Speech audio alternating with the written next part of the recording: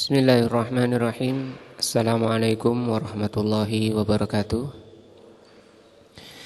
Alhamdulillahirabbil alamin wa bihi nasta'in ala umuri dunya waddin. Asyhadu an la ilaha illallah wa asyhadu anna Muhammadan abduhu wa rasuluh. Allahumma shalli ala Muhammadin wa ala alihi wa sahbihi ajmain wa ba'du. Biasanya kita untuk Ahad pagi pelajaran tafsir juz amma. Namun mulai sekarang untuk Ahad keempat dan kelima kita isi dengan pelajaran akidah. Dan ini kita mulai dari kitab akidah yang paling tipis, yaitu Syarah Qawaidul Arba'. 4 kaidah. Jadi cuma 4 masalah aja. Akidah ini merupakan pelajaran yang terpenting dari semua pelajaran. Karena memang mempelajari tentang dasar-dasar Islam, dasar-dasar agama, yang merupakan pondasi dari amalan, baik amalan lisan, amalan hati maupun amalan anggota badan. Jadi amalan itu ada 4, ada ucapan hati, ada ucapan lisan,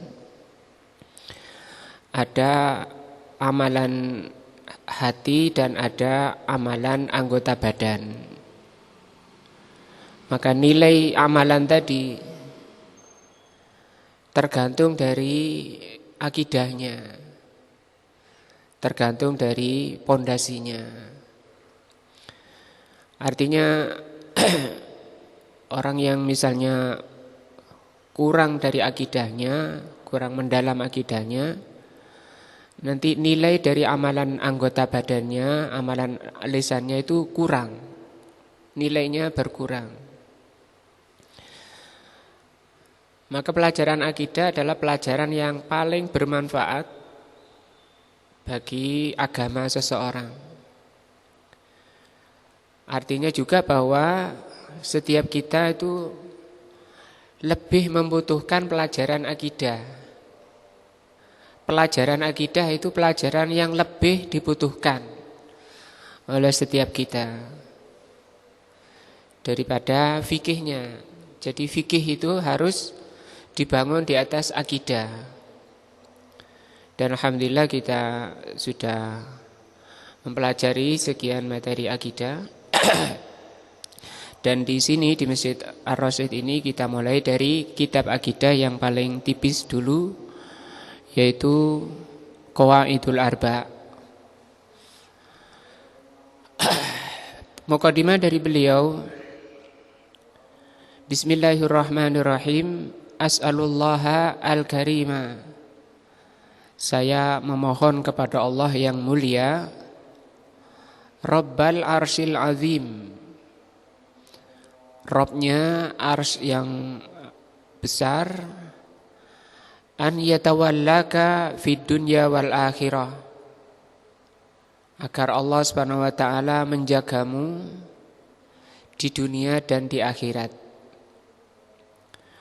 Wa ayyaj'alaka mubarakan aynama kunta, dan memohon kepada Allah agar Allah menjadikan kalian mubarak, penuh barokah dimanapun kamu berada.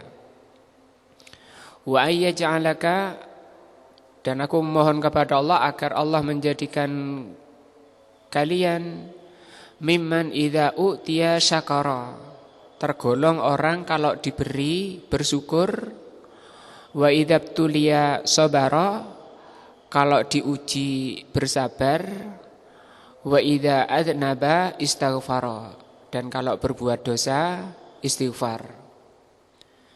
Fa inna hadhihi thalatha, karena 3 di atas tadi, unwanus sa'adah, inti dari kebahagiaan. Jadi inti kebahagiaan itu dengan ini 3 perkara nih. Kalau diberi bersyukur, diuji bersabar, kalau berdosa istighfar. Ini penjelasan atau syarah dari Asy Shalih Fauzan rahimahullah. Kata beliau, hadhihi al-qawaidul arba'. 4 kaidah ini allati allafaha Syekhul Islam Muhammad bin Abdul Wahhab rahimahullah, yang disusun oleh Syekhul Islam. Beliau adalah Syekhul Islam Muhammad bin Abdul Wahhab. Beliau adalah seorang imam mujaddid, pembaharu, dan Syekhul Islam di sini disebutkan yang memperbarui dari kegelapan mengembalikan kepada cahaya Islam. Dan tidak sedikit yang memusuhi beliau karena visi dan misi yang beliau bawa, yaitu mengembalikan manusia kepada ajaran yang benar, yaitu ajaran yang dibawa oleh Rasulullah SAW. Dan tidak atau bukan perkara yang aneh, artinya sudah ditakdirkan. Setiap orang yang masuk ke dalam medan dakwah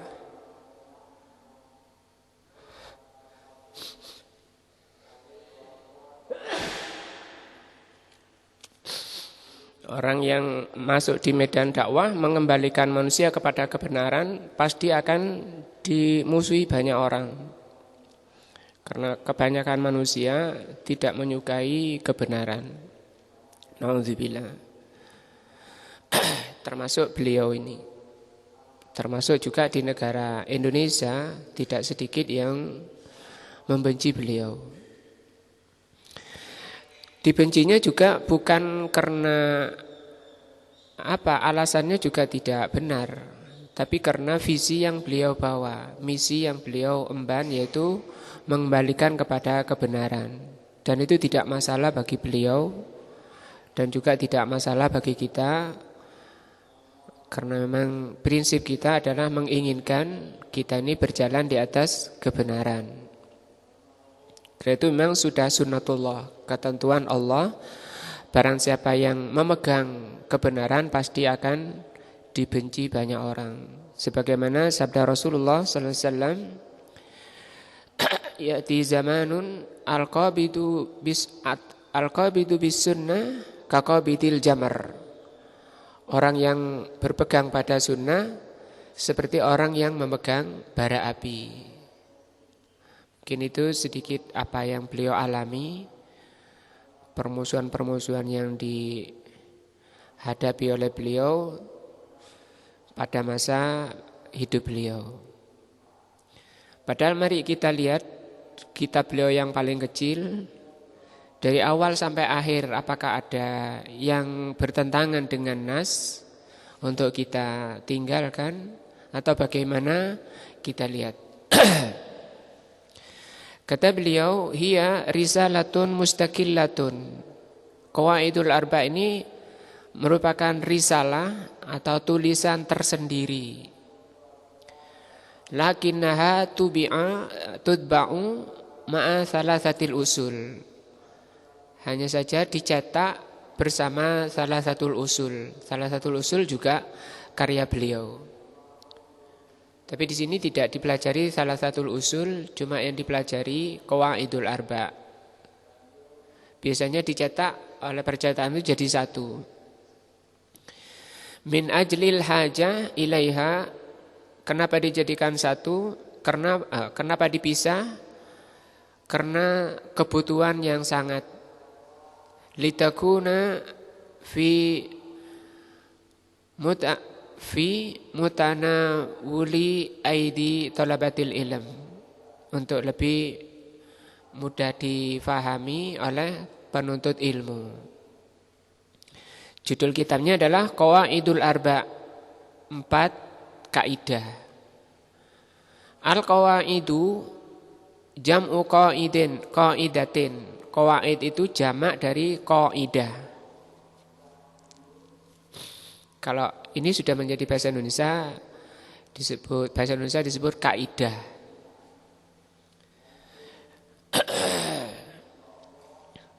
Kaidah itu bahasa Arab, berasal dari bahasa Arab yaitu qaidah. Ya. Kalau bahasa Arabnya kalau menjamak itu qawaidu atau al-qawaidu. Itu jamaknya. Tapi kalau bahasa Indonesia mau jamak diulang ininya. Kaidah-kaidah gitu ya. Tidak punya bahasa sendiri jamaknya itu bagaimana?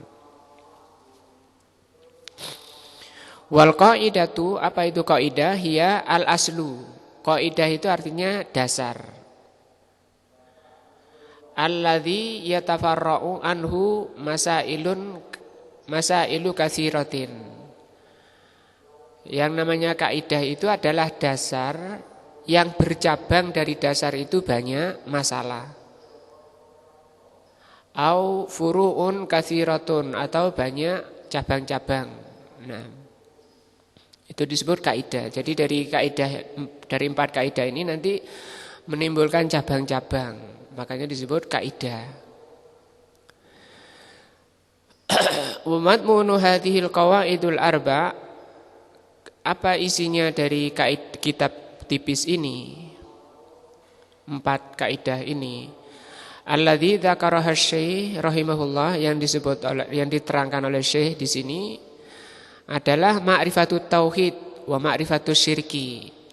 Intinya ini, dua masalah yang dituju dari kitab tipis ini.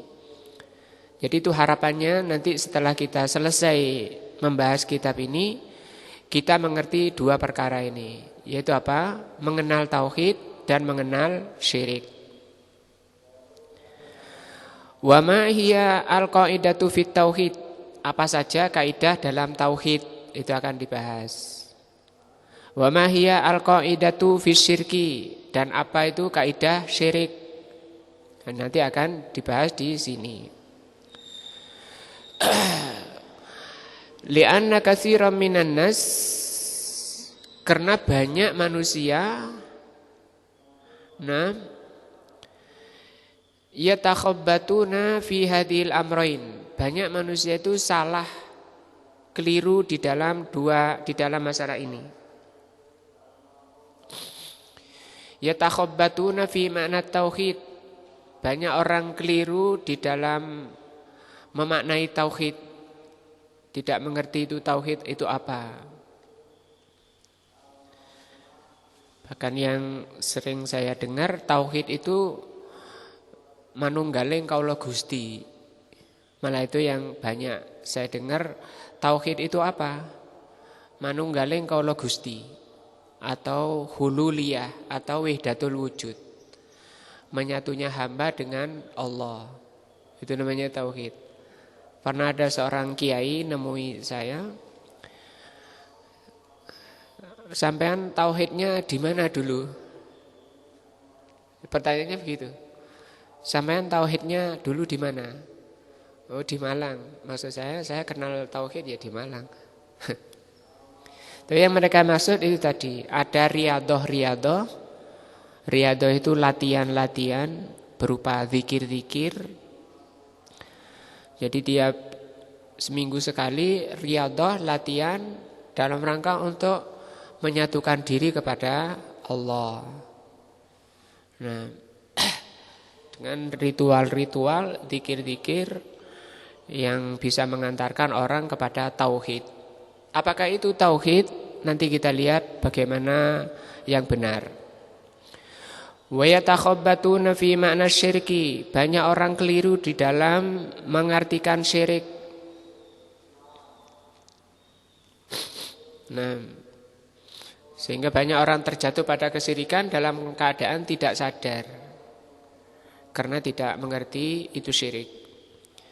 Minta ke kuburan misalnya, itu diyakini bukan syirik. Kullun yufassiruhuma ala hasbi hawahu. masing-masing orang banyak menafsirkan tauhid dan syirik itu hanya berdasarkan nafsunya.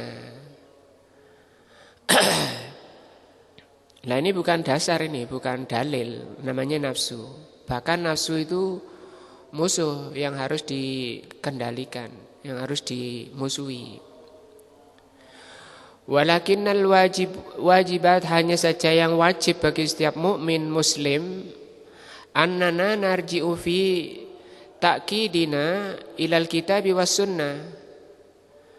Nah, yang benar di dalam kita mendasari keyakinan kita, mendasari akidah kita, harus berdasarkan kepada, harus kita kembalikan kepada Alkitab dan Sunnah. Artinya sudah lengkap. Di dalam kitab dan sunnah itu sudah lengkap tentang dasar-dasar akidah. Sehingga tidak perlu lagi menoleh ke kanan dan ke kiri. Nah, maka selama orang tidak kembali kepada Alkitab dan Sunnah di dalam berakidah, maka orang itu akan bergelimang di dalam kegelapan dan kebingungan, baik jiwanya, hatinya, dan kehidupannya. Nah, liyakuna hadzal ta'kidan sahihan saliman ma'khudzan min kitabillahi wa sunnati rasulih. Agar supaya, kenapa harus kembali kepada Alkitab dan Sunnah? Supaya akidahnya itu akidah yang sahih, akidah yang benar, saliman, dan akidahnya selamat. Karena kalau tidak selamat lawannya apa? Celaka. Nah, ma'khudzan min kitabillah, akidah yang sahih, yang benar dan selamat apabila akidah itu diambil dari kitab Allah dan sunnah Rasul sallallahu alaihi wasallam. La siyama fi hadainil amrainil azimaini at-tauhidu wasyirku. Terutama dalam dua perkara ini, perkara besar ini, yaitu masalah tauhid dan masalah syirik. Harus dikembalikan kepada sumbernya, Al-Quran dan Sunnah. Dan ini jarang kita dapati di toko-toko kitab, di sekolahan-sekolahan, mulai TK sampai perguruan tinggi. Apa kuliahnya kamu apa? Kalau yang kuliah akidah. Ya, ini ada Cahaya kuliah. Akidahnya apa? Apakah kembali ke dasar itu? Bisa nanti diterangkan oleh beliau ini. Dan saya juga dulu pernah kuliah seperti itu. Sehingga bingung saja bergelimang ke sana sini tanpa ada kekuatan, tanpa ada efek yang positif. Wasyaikhu rahimahullah, dan Syekh rahimahullah lam yadhkur hadhil qawaid min indihi. Dan Syekh di sini kelebihan beliau tidak menyebutkan kaidah-kaidah yang mau disebutkan di sini, walaupun hanya 4. Dan 4 ini bukan batasan, ya. Cuma beliau sebutkan 4. Bukan dari sisi beliau, ya, bukan dari sisi beliau. Au min fikrihi, dan bukan dari hasil pemikiran beliau, bukan hasil dari renungan. Beliau ini bukan perenung, ya. Kalau bahasa kita semedi. Karena dulu ada dosen saya, wah kalau bicara ngebu-ngebu, bicara Islam. Ketika saya tanya, dari mana Bapak ini dapat ilmu kayak gini? Ya saya merenung di kamar. Maka merenung ini bukan kaidah kita belajar. Merenung ini bukan kaidah kita menuntut ilmu. Menuntut ilmu harus ada gurunya. Sebagaimana yang dikatakan oleh Al-Imam Asy-Syafi'i rahimahullahu ta'ala. Beliau mengatakan, al-ilmu maka nafihi qala haddatsana. Ilmu itu kalau ada sanadnya sampai ke Rasul, itu ilmu. Wa ma siwa dzaka, kalau selain itu ngaku ini ilmu-ilmu padahal tidak ada sanadnya, wiswasus syayatin, itu hanya bisikan-bisikan syaitan. Nah, bagaimana kalau bisikan syaitan? Maka di sini Syekh menulis sekian kitab, mulai dari paling tipis sampai tebal. Kan bisa antum pelajari, lihat dari kitab beliau, dari yang tipis, paling tipis sampai ke tebal, itu semua dari Alkitab dan Sunnah, sehingga betul-betul barokah. Nah, betul-betul barokah. Dan selainnya kalau sampai keluar ilmu walaupun lebih tebal misalnya dan lebih banyak, tapi tidak bersumber dari dasarnya, dari Alkitab dan Sunnah, maka tidak akan menghasilkan barokah. Hanya merupakan apa? Buih-buih dan merupakan apa? Kegelapan-kegelapan. Kama yaf'alu dzalika katsirun minal mutakhabbitin, sebagaimana banyak dilakukan oleh orang-orang yang salah, orang-orang yang keliru di dalam menyusun akidah. Nah, bisa dicek, masuk ke toko kitab, masuk ke toko buku. Cari apa, Pak? Kitab akidah. Oh, ini akidah semua. Ada rak khusus akidah. Nah, maka kalau akidahnya yang sahih, akidahnya yang selamat, yang benar, nanti mesti merujuknya ke sini, ke kitab karya beliau. Wa innama akhadha hadhil qawaid, maka 4 dasar yang dari beliau ini min kitabillah wa min sunnati Rasulillah sallallahu alaihi wasallam wa siratihi, dan sirah beliau. Nah, fa idza arafta hadhil qawaid, maka kalau engkau mengenal kaidah-kaidah ini, wa fahimtaha, dan kamu faham, kata beliau, faham dari 4 dari kaidah yang akan beliau terangkan, sahula alaika ba'da dzalika ma'rifatut tauhid, maka akan mudah bagimu untuk mengenal tauhid. Jadi untuk bisa mengenal tauhid dengan benar, mudah, itu dengan belajar kitab ini. Nah, alladzi ba'atsallahu bihi rusulahu, yang Allah utus semua rasulnya. Karena semua rasul itu satu visi misi sama, yaitu berdakwah kepada tauhid. Wa unzila bihi kutubu, dan diturunkan kitab-kitabnya. Wa ma'rifatu syirki, dan engkau akan mengenal kesyirikan. Alladzi hadzarahullahu minhu, yang Allah peringatkan setiap orang dari kesyirikan.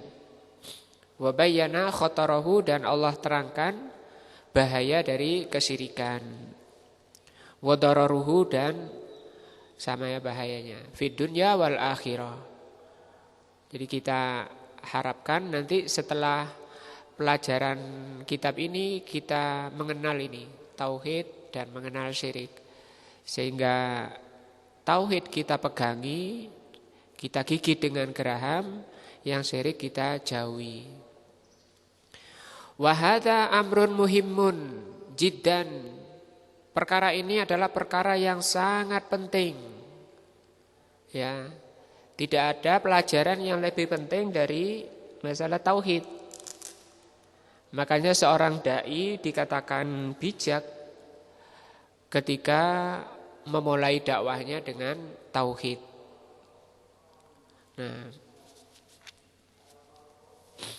karena ada kelompok yang jangan dengan tauhid, nanti bikin umat pecah katanya.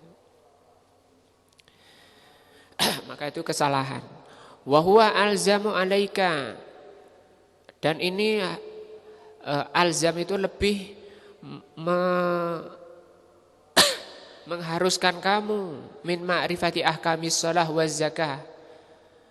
Bahkan masalah akidah ini lebih mengharuskan kamu daripada kamu mengenal hukum-hukum salat, zakat, wal ibadat, ibadah-ibadah yang lain, wasairil umurid diniyah, dan seluruh masalah-masalah agama itu masih di bawah apa? Masalah tauhid. Li'anna hadza huwal amrul ula, karena tauhid ini adalah perintah yang pertama, wal asas atau urusan pertama dan utama itu urusan tauhid. Wal asas dan perkara yang mendasar. Nah, kita banyak menyaksikan gedungnya mentereng, ya berapa tingkat, santrinya ribuan, pelajaran tauhidnya nggak ada atau nggak benar. Nah, maka yang seperti itu tidak bijak. Nah, li'anna sholata waz zakata wal hajja, kenapa kok akidah itu lebih penting daripada urusan hukum-hukum sholat, zakat, ibadah? Karena urusan sholat, zakat, dan haji wa ghairaha dan selainnya minal ibadah dan ibadah-ibadah lainnya la tasihhu, tidak akan benar idza lam tubna ala aslil aqidati sahihah. Karena sholatnya, zakatnya itu tidak akan benar kalau tidak dibangun di atas apa? Akidah yang benar. Nah, bisa-bisa sholatnya rajin tapi tidak ada nilainya, busung. Disebabkan karena apa? Akidahnya yang belum beres. Maka kita harus betul-betul meluruskan apa yang diluruskan, prioritas kita di dalam kita belajar. Yang lebih penting harus didahulukan dari perkara penting yang lainnya. Wahia at-tauhidu al-khalisu lillahi azza wa jal, yaitu at-tauhid yang murni untuk Allah saja azza wa jal. Wa qad qaddama rahimahullahu li hadhil qawaidil arba'i, dan beliau memberi muqaddimah, pengantar 4 perkara ini, 4 kaidah ini, bi muqaddimatin azimatin, dengan muqaddimah yang sangat besar. Mari kita pelajari muqaddimah beliau, karena muqaddimahnya saja itu sudah sangat besar pelajarannya. Fiha, di dalam muqaddimah beliau, pengantar beliau, ad-du'a, ada doa. Li talabatil ilmi, ada doa bagi para penuntut ilmu. Wat tambih, ada peringatan. Alaman sayaquluhu, terhadap orang yang akan beliau katakan, jelaskan. Haitsu qala, ketika beliau mengatakan as'alullahal azima, aku memohon kepada Allah yang maha agung, Rabbal arsyil karima, an yatawallaka, agar Allah menjagamu, fi dunya wal akhirah, di dunia dan akhirat. Wa an yaj'alaka mubarakan ainama kunta, aku mohon kepada Allah agar Allah menjadikan kamu barokah dimanapun kamu berada. Wa an yaj'ala mimman idza utiya syakara, aku memohon kepada Allah agar engkau tergolong orang kalau diberi oleh Allah bersyukur. Wa idza btuliya sabara, kalau diuji sabar. Wa idza adnaba istighfara, kalau berbuat salah istighfar. Fa inna hadhihi thalatha hiya unwanus sa'adah. Mukadimahnya pendek tapi Masya Allah isinya kita lihat.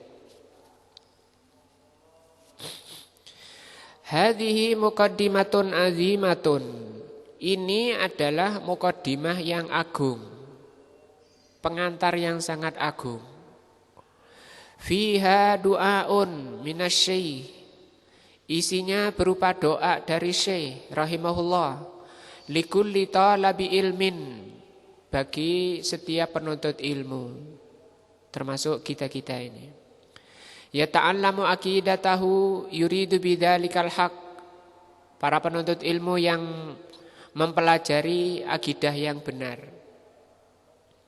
Yang mempelajari akidahnya, akidah-akidah beliau dalam rangka untuk mengenal al-haq. Jadi kalau orang ingin mengerti akidah yang benar adalah dengan kembali mempelajari kitab beliau. Wa yuridu bidzalika tajannubud dhalal, dan orang-orang yang menginginkan terjauh atau terhindar dari kesesatan, wasyirku, dan kesyirikan. Fa innahu hariyun bi an yatawallahu Allahu fid dunya wal akhirah. Karena beliau ini sangat tinggi keinginannya, sangat besar keinginan beliau agar Allah Subhanahu wa taala menjaga kita di dunia dan di akhiratnya. Nah, wa idza tawallahu Allahu fid dunya wal akhirah, karena kalau Allah Subhanahu wa taala menjaga kita di dunia dan akhirat, fa innahu la sabila ilal makari, maka tidak ada jalan bagi perkara yang tidak diinginkan antasila ilaihi, menimpa dirinya. Ya. Orang yang dijaga oleh Allah tidak akan ditimpa oleh perkara-perkara yang dibenci, makari, nah, atau makruh. La fi dinihi wa la fi dunyahu, baik dalam urusan agama maupun dalam urusan dunia. Itu akan dialami oleh orang-orang yang dijaga oleh Allah Subhanahu wa taala. Mana dalilnya? Coba kita lihat ini. Beliau setiap pembicaraannya mesti berdasarkan ayat-ayat dan hadis-hadis. Qala Allah Ta'ala, Allah mengatakan Allahu waliyul ladzina amanu. Apa artinya? Allah yang menjaga orang-orang yang beriman. Ya. Bagaimana penjagaan Allah? Yuhrijuhum, Allah keluarkan mereka minadz-dzulumati ilan nur. Ya. Allah keluarkan, Allah entas, Allah lepaskan, Allah tarik orang-orang yang beriman itu dari kegelapan menuju apa? Cahaya. Walladzina kafaru, sementara orang-orang kafir auliyauhum atau at-taghut. Sementara orang-orang kafir penjaga mereka adalah taghut. Nah, Surah Al-Baqarah 257. Fa idza tawallakallahu, maka kalau Allah menjagamu, ahrajaka minadz-dzulumat, Allah keluarkan kamu dari kegelapan. Kegelapan apa? Dzulumatus syirki, kegelapan kesyirikan. Wal kufri, kegelapan kekufuran. Wasyukuki, kegelapan keraguan-raguan. Jadi keraguan-raguan itu termasuk apa? Kegelapan. Maka kalau Ahlus Sunnah dalam masalah akidah itu jelas, terang, tidak ragu. Wal ilhad, ilhad itu penyimpangan, dikeluarkan oleh Allah Subhanahu wa taala ila nuril iman, menuju cahaya iman. Wal ilmi, cahaya ilmu. Karena ilmu itu merupakan cahaya. Sebagaimana tafsir dari hadis, may yuridillahu bihi khairan yufaqihu fiddin. Ya. Kalau Allah menghendaki orang itu dikehendaki kebaikan, maka Allah akan berikan dia kefahaman dalam agama. Kefahaman itu merupakan cahaya, ya, nur yang Allah berikan pada hati seseorang. Dan itu merupakan nikmat terbesar dalam rangka untuk mengentas manusia dari kegelapan. Diberi oleh Allah, diberi taufik oleh Allah, di hatinya itu berupa cahaya. Cahaya ilmu an-nafi', ilmu yang bermanfaat. Karena ilmu ada dua, ada ilmu nafi', ada ilmu yang tidak bermanfaat. Walaupun sumbernya sama dari Al-Quran dan Sunnah, bisa saja orang yang sudah ngerti Quran dan Sunnah tapi tidak bermanfaat baginya. Sehingga kata Imam Syafi'i rahimahullah, al-ilmu laisa bikasratil kutub. Nah, wadirayah, ilmu itu bukan dengan banyaknya orang itu menghafal, orang itu memahami. Bukan itu orang dikatakan berilmu. Tetapi al-ilmu ma yunfa'u atau ma tanfa'. Ilmu itu kalau dia memanfaatkan ilmunya, diamalkan. Wal amalus soleh, dan dientas oleh Allah kepada cahaya berupa amal soleh. Maka amal soleh itu merupakan cahaya. Diterangkan di sini, dzalika bi annallaha maulal ladzina amanu. Hal itu disebabkan karena Allah itu adalah penjaga orang-orang yang beriman. Wa annal kafirina la maula lahum. Sementara orang-orang kafir itu tidak mempunyai apa? Penjaga. Nah, maka kita selalu memohon agar kita ini selalu dijaga oleh Allah. Jangan sampai dilepas oleh Allah dari penjagaannya. Jangan sampai diserahkan kepada diri-diri kita, nafsu-nafsu kita. Walaupun sekejap. Karena kalau kita lepas dari penjagaan Allah walaupun sekejap, itu rawan sudah masuk kepada kegelapan. Ya. Keluar dari cahaya. Fa idza tawallakallahu biriayatihi, maka apabila Allah menjagamu dengan penjagaannya, dengan pemeliharaannya, wa bitaufiqihi, dengan taufik. Taufik itu artinya pencocokan dari Allah. Dan itu hanya Allah. Selain Allah tidak bisa. Pencocokan dari Allah kepada apa yang Allah cintai dan Allah ridhoi, kepada siapa yang dikehendaki, itu namanya taufik. Taufik adalah apa? Pencocokan dari Allah kepada siapa yang dikehendaki, kepada apa yang Allah cintai dan Allah ridhoi. Itu namanya taufik. Maka kalau Rasul itu cuma menyampaikan, risalah itu disampaikan. Tapi untuk memberikan hidayah, memberikan taufik itu tidak bisa, para Rasul tidak bisa, apalagi selainnya. Maka apabila Allah yang menjagamu dengan penjagaannya, dengan pemeliharaannya, dengan taufiknya, wa hidayatihi, dan hidayah dari Allah, fid dunya wa fil akhirah, baik dunia maupun akhirat, fa innaka tas'adu, maka engkau pasti menjadi orang yang bahagia. Dan ini keinginan semua orang, ingin bahagia, walaupun tidak semua orang mendapatinya. Kata Abdullah bin Mas'ud radhiyallahu anhu, beliau mengatakan, kamman yuridul khaira lam yusab. Berapa banyak orang yang menginginkan kebahagiaan, inginkan kebenaran, tapi tidak mendapatinya. Karena tidak kembali kepada dasar yang benar. Sa'adatan la syaqa'a ba'daha abadan. Maka orang itu akan mengalami kebahagiaan. Dan ini merupakan surga dunia, bahagia di dunia. Dan itu yang kita minta dalam setiap sholat. Kita minta kepada Allah, Rabbana, setiap kita berdoa meminta kepada Allah, Rabbana atina fid dunya hasanah wa fil akhirati hasanah wa qina adzabannar. Apa hasanah? Itu kebahagiaan hati, ketentraman jiwa.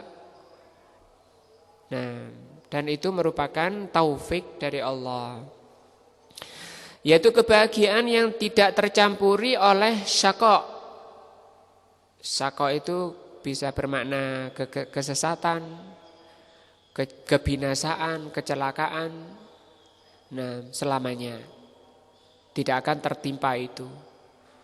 Siapa itu yang tidak tertimpa kebinasaan? Orang-orang yang dijaga oleh Allah Subhanahu wa taala. Fid dunya yatawallaka bil hidayah, di dunia Allah akan menjagamu dengan hidayahnya. Wat taufik, dan dengan taufik.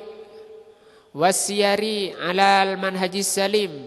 Allah akan bimbing orang itu untuk berjalan di atas jalan yang benar, jalan yang selamat. Dihindarkan oleh Allah dari jalan-jalan yang bengkok, jalan-jalan yang menyesatkan.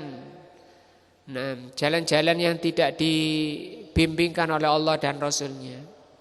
Wa fil akhirati, dan di akhirat yatawallaka, Allah akan menjagamu bi an yudkhilaka jannatahu, yaitu Allah akan memasukkan kamu ke dalam surganya. Khalidan mukhallidan fiha, kekal di dalam surga. La khaufa, sehingga di dalam surga tidak mengalami rasa takut. Nah, wala maradha, tidak sakit. Wala syaqa'a, tidak celaka. Wala kabura, tidak menua. Wala makarih, tidak ada yang namanya tidak enak. Semua isinya surga itu enak semuanya. Makan tidak kekenyangan, tidak BAB, tidak kencing, tidak meludah, tidak beringus. Nah, kenikmatan-kenikmatan surga bisa kita lihat di dalam kitab masalah surga itu, di dalam kitab Dzatul Arwah Al-Imam Ibnul Qayyim rahimahullah. Wa hadhihi wilayatullah li 'abdihi al-mu'min. Inilah penjagaan Allah kepada hambanya yang beriman saja, fid dunya wal akhirah. Nah, kita lihat perkataan beliau, saya kurang paham. Qala, yang kedua, jadi tadi doa agar Allah menjagamu. Wa an yaj'ala mubarakan aina ma kunta. Yang kedua, aku mohon kepada Allah agar Allah menjadikan kamu itu barokah dimanapun kamu berada. Nah, barokah itu penuh kebaikan. Dimanapun orang itu penuh kebaikan. Sampai digambarkan seperti tawon kayak gitu ya. Idza ja'alakallahu mubarakan, kalau Allah menjadikan kamu itu barokah, aina ma kunta, dimanapun kamu berada, fahadha huwa ghayatul matalibi. Maka ini merupakan puncak keinginan. Keinginan tertinggi setiap orang itu ini, apa? Barokah. Di kampungnya, pada keluarganya itu barokah dan seterusnya. Yaj'alullahu al-barakata. Allah akan menjadikan barokah fi umrika, di umurmu.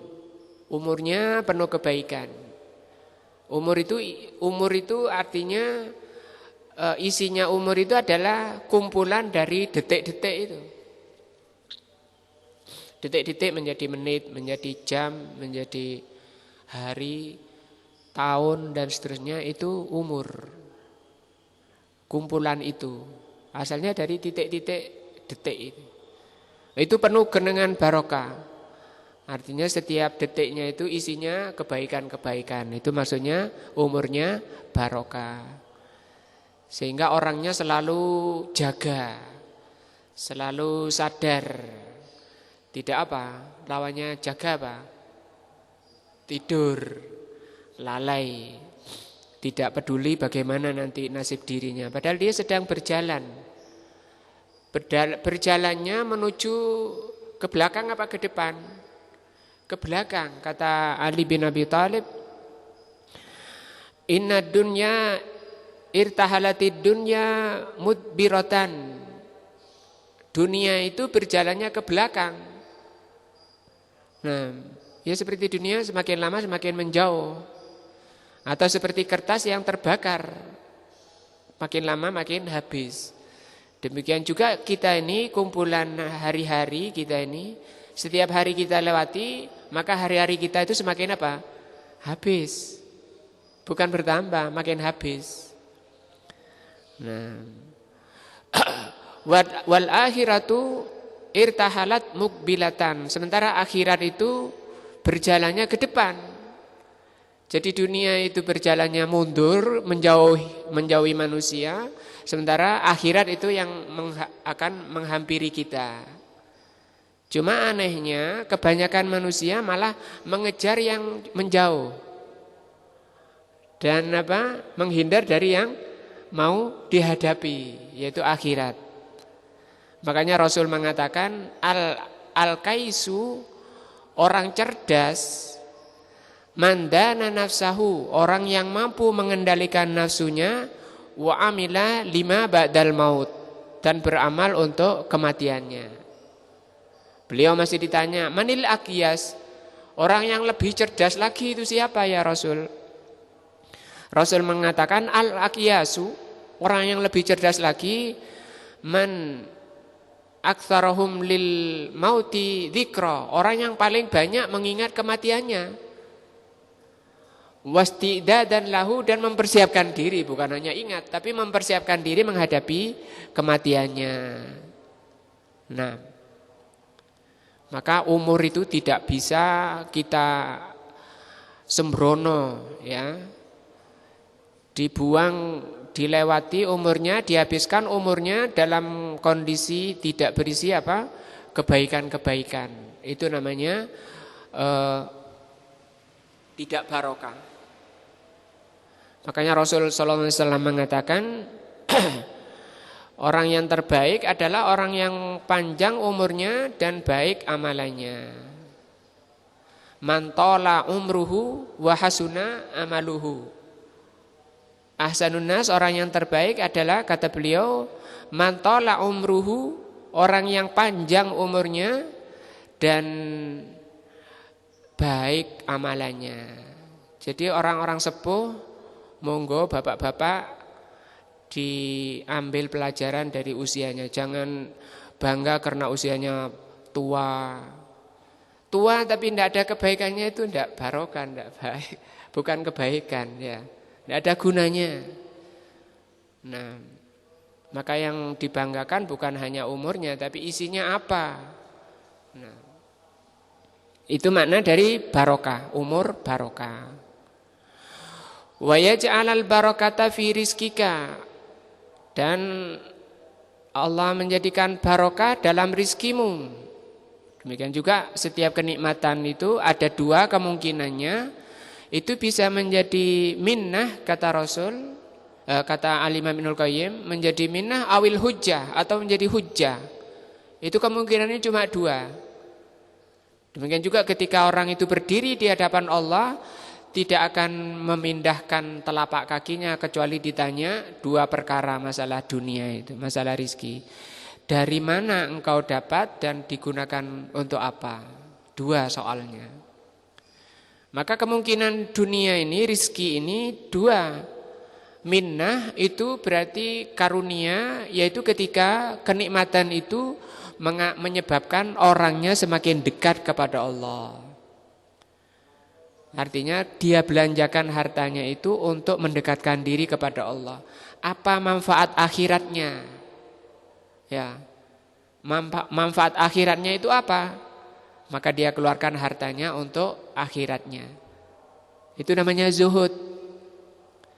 Nah, maka orang zuhud itu orang yang lebih tinggi daripada warok. Karena ada zuhud, ada warok. Kalau orang warok itu orang yang meninggalkan sesuatu yang membahayakan di akhiratnya. Jadi dia masih melakukan ini itu, nafsunya masih dituruti, semua yang diingini masih dibeli, masih dituruti, nafsu-nafsunya masih dituruti, asalkan tidak membahayakan akhiratnya, tidak perkara haram. Uang saya mau beli rumah berapa terserah saya, mau beli mobil berapa terserah saya. Uang saya ini hasil kerja saya secara benar, secara halal. Tapi orang zuhud tidak seperti itu pikirannya. Orang zuhud itu melihat manfaat akhiratnya itu apa. Kita lihat bagaimana kisah para sahabat Nabi. Abdurrahman ibnu Auf, Abu Bakar As-Siddiq rahimahullah radhiyallahu anhu. Kemudian Utsman ibnu Affan, bagaimana sejarah-sejarah beliau. Nah, Itu namanya rizki. Yang pertama menjadi minnah, yaitu ketika harta yang dia miliki itu semakin mendekatkan diri kepada Allah. Kalau tidak, maka sebaliknya namanya hujjah, yaitu ketika hartanya semakin menjauhkan dia dari Allah, ketika membelanjakannya itu tidak mencocoki apa yang Allah cintai dan Allah ridhoi. Ketika orang itu membelanjakan hartanya di jalan yang Allah cintai dan Allah ridhoi, itu yang disebut dengan apa? Syukur nikmat. Tapi ketika membelanjakan hartanya bukan di jalan yang diridhoi, itu disebut apa? Kufur nikmat. Allah berfirman apa? La in syakartum la azidannakum wa la in kafartum inna adzabi lasyadid.